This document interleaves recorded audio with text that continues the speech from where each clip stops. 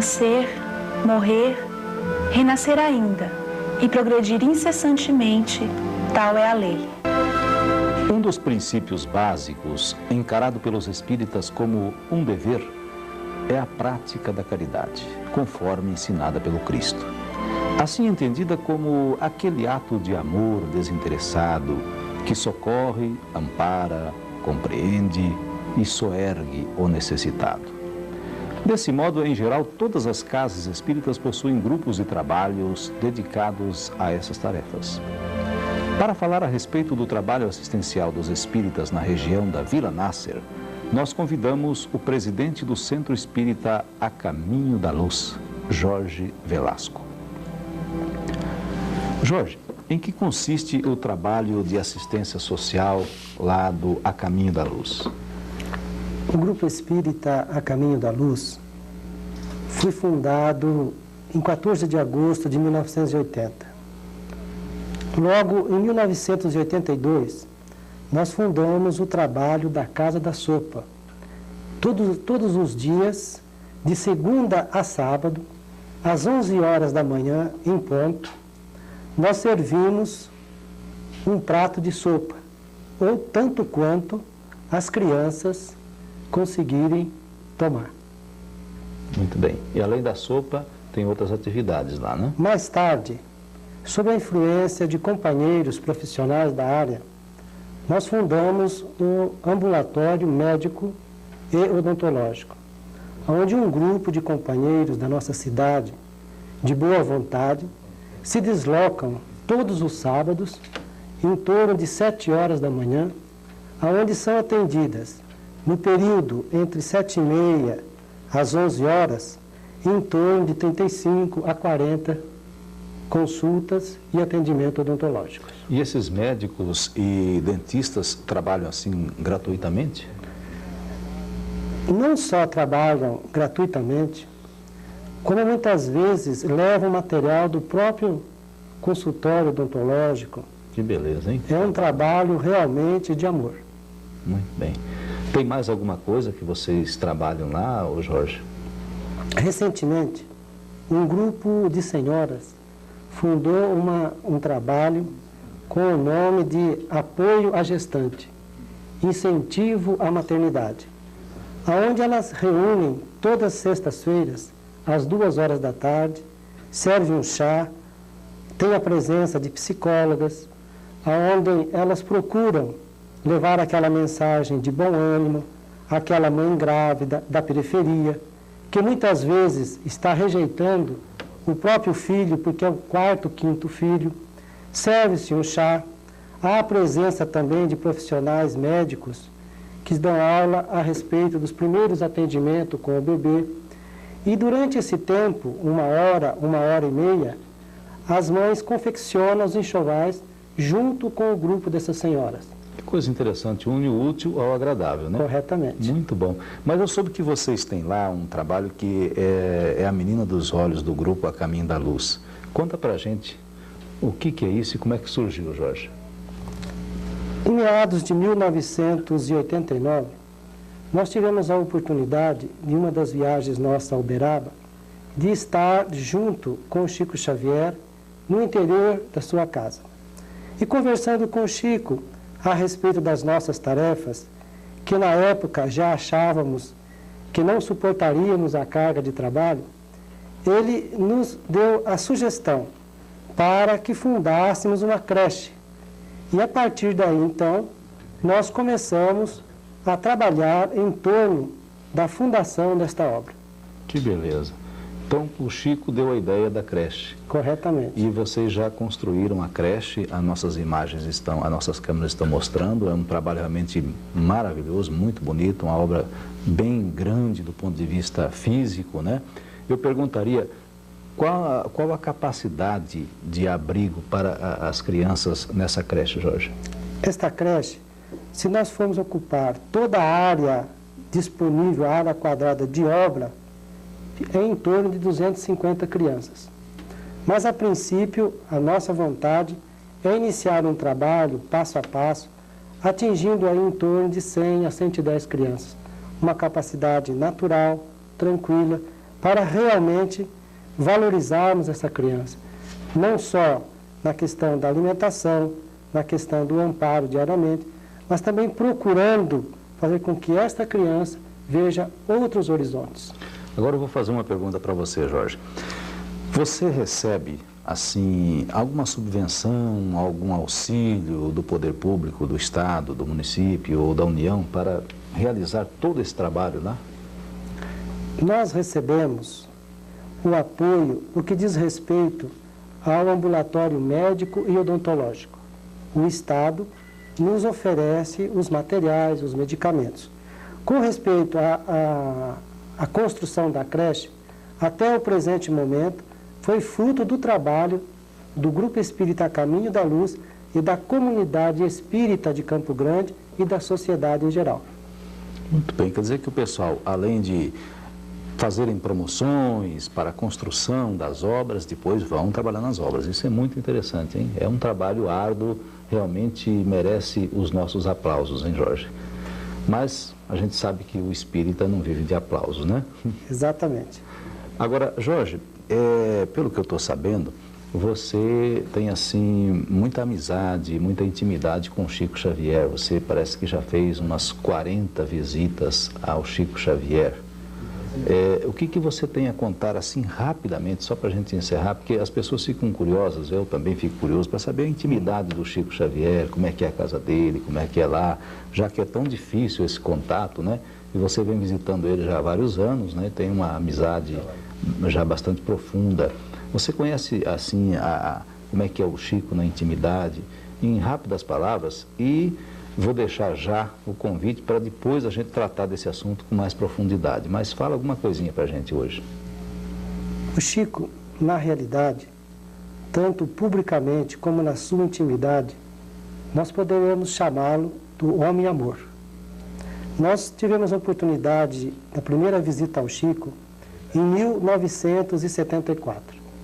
E daí para cá, nós temos recebido uma cachoeira de amor, de incentivo em favor ao próximo e em favor, por que não, de nós mesmos, que somos criaturas humanas, falíveis como qualquer outra criatura.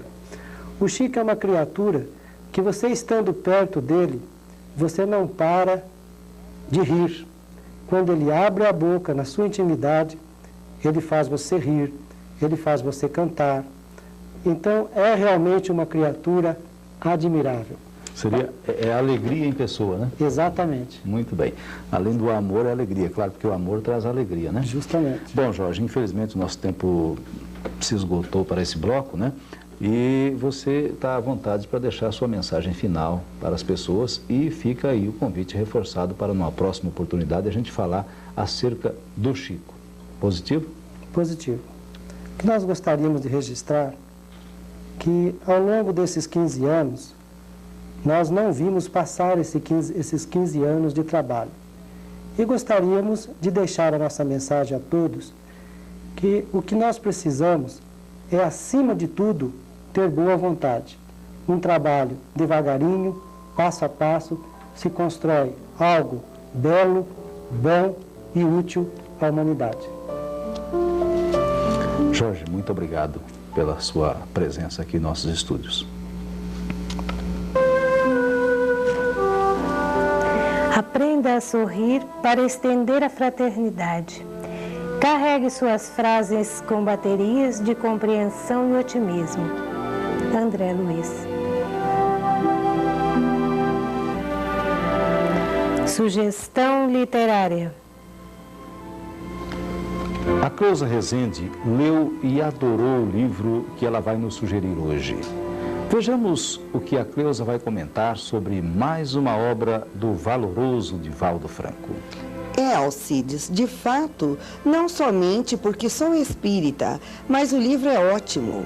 Joana de Ângeles, a mentora espiritual de Divaldo Pereira Franco, autora de dezenas de obras, dita para Divaldo no limiar do infinito. O livro é composto por 21 capítulos que elucidam relevantes questões, nos esclarecendo por que o Espiritismo é considerado a terceira revelação, avança no espaço cósmico e nos desvenda a questão da pluralidade dos mundos habitados. Fala-nos da educação como uma fonte de bênçãos. Nos orienta quanto ao comportamento sexual e à conduta moral adequados. Conforta-nos ante a tristeza do desencarne de pessoas amadas.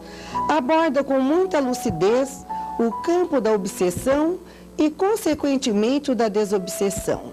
E tem muito mais. Cada página nos oferece paisagens espirituais que nos preparam para o amanhã, ensinando-nos a viver o hoje, conforme as lições de Jesus.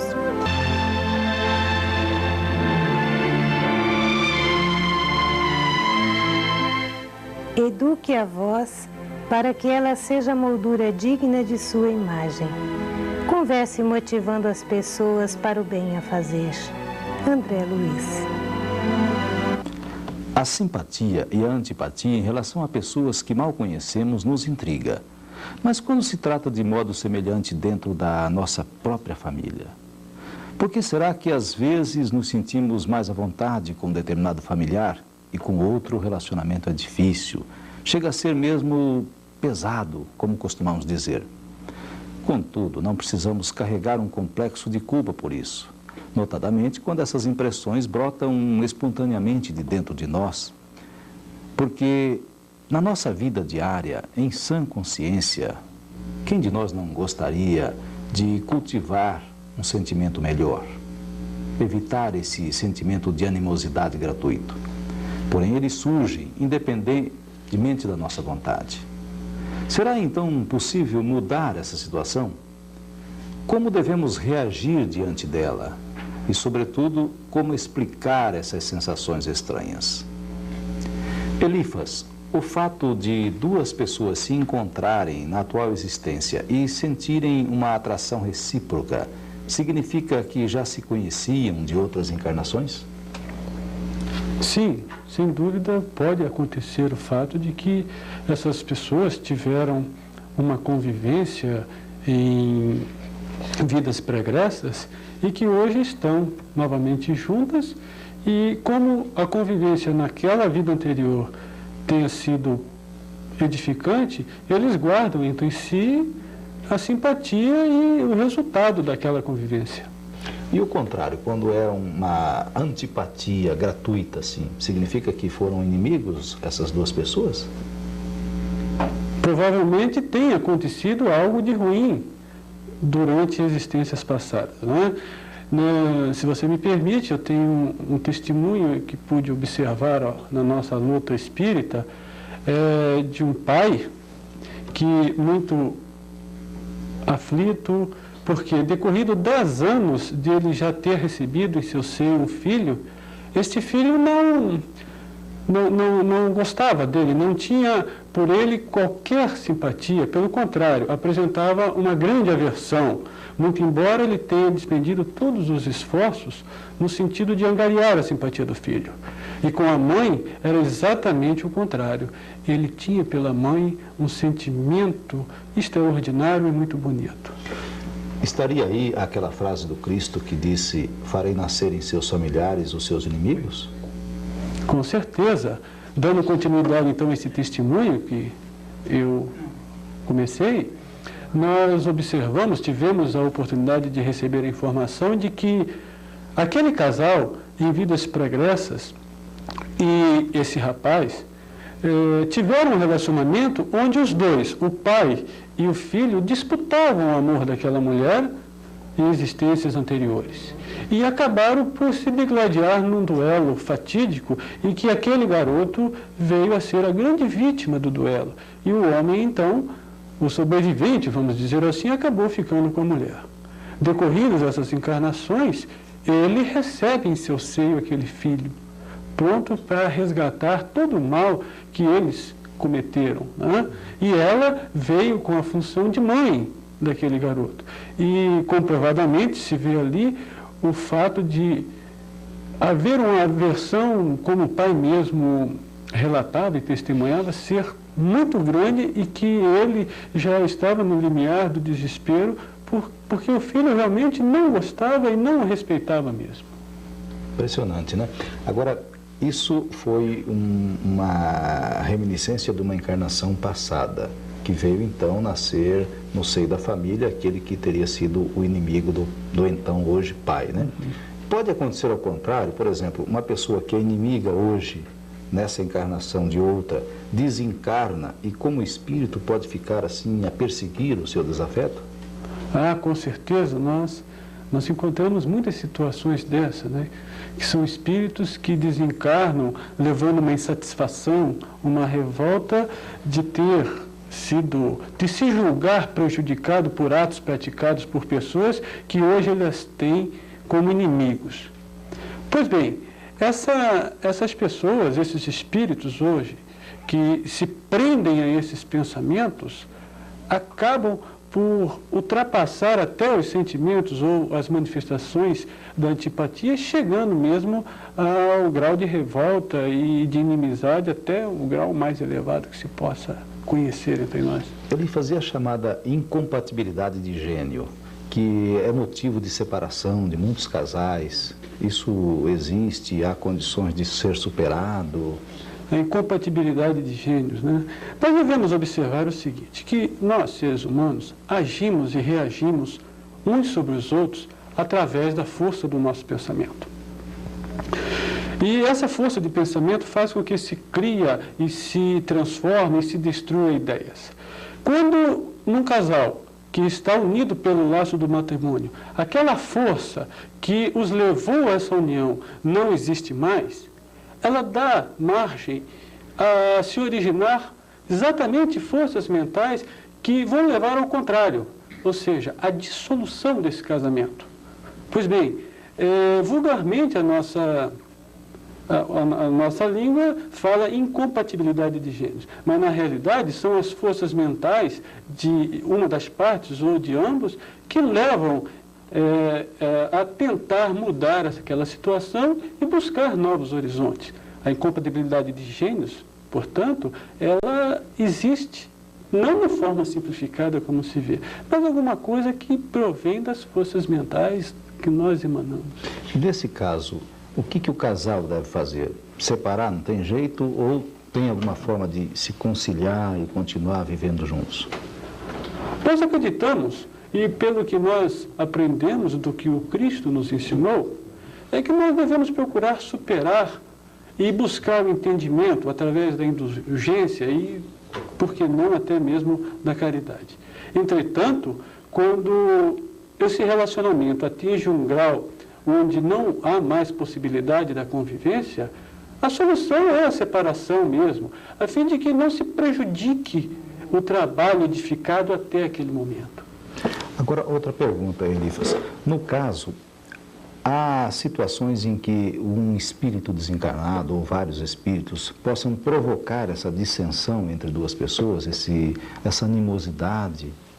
Sim, provavelmente esses espíritos são inimigos de um ou do casal e que não gostaria de vê-los felizes ou na senda construtiva. Então, eles procuram sim atrapalhar esse casal. Agora, pode continuar. Sim, me permita.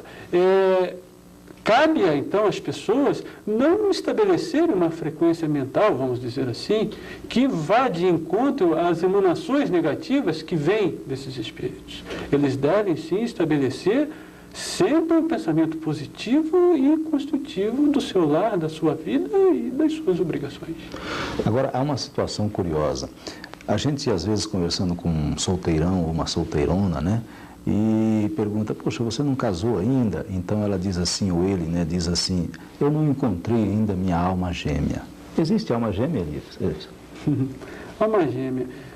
Essa é uma expressão bastante popular que serve para definir o relacionamento positivo entre duas pessoas. Entretanto, deve-se observar que a criação de dois espíritos que no futuro venham obrigatoriamente a se unir para que possam dar continuidade ao seu progresso é uma ideia totalmente errônea, porque ela fere o princípio da individualidade dos espíritos. Quer dizer, não foram criados dois espíritos, um para o outro. Não foram criados. Eles podem se unirem para continuar o seu progresso por um período ou continuarem eternamente até alcançarem o estado de espíritos perfeitos. Mas não que isso seja compulsório. Há almas gêmeas de que um esteja atrelado ao outro para que possam dar continuidade ao seu trabalho de evolução, como dissemos, é errôneo esse pensamento. Ok, Elifas, nós agradecemos a sua presença em nossos estúdios e o nosso tempo já se esgotou mesmo. Você dá só a sua mensagenzinha final para a gente encerrar esse bloco. Eu quero agradecer e dizer aos companheiros que cultivar a simpatia entre as pessoas é o melhor que nós podemos fazer para minorar as vicissitudes que nós enfrentamos no nosso dia a dia. Obrigado. Bem, amigos, chegamos ao final de mais um Momentos de Reflexão. O assunto central do programa de hoje foi simpatia e antipatia.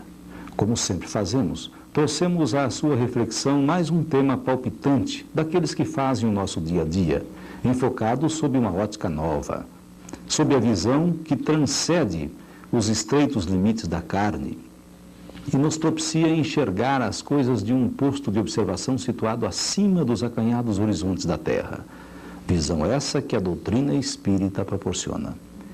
E por esse prisma, o assunto de hoje nos leva a concluir que as situações de desequilíbrio e desarmonia da alma perduram apenas até o momento em que tomamos a decisão de modificá-las. O que equivale a dizer que o mal existe enquanto dele cuidaremos, enquanto que o bem para sempre perdura. Este é um programa do Instituto de Cultura Espírita de Mato Grosso do Sul. Obrigado e uma boa semana a todos. Nascer, morrer, renascer ainda e progredir incessantemente, tal é a lei.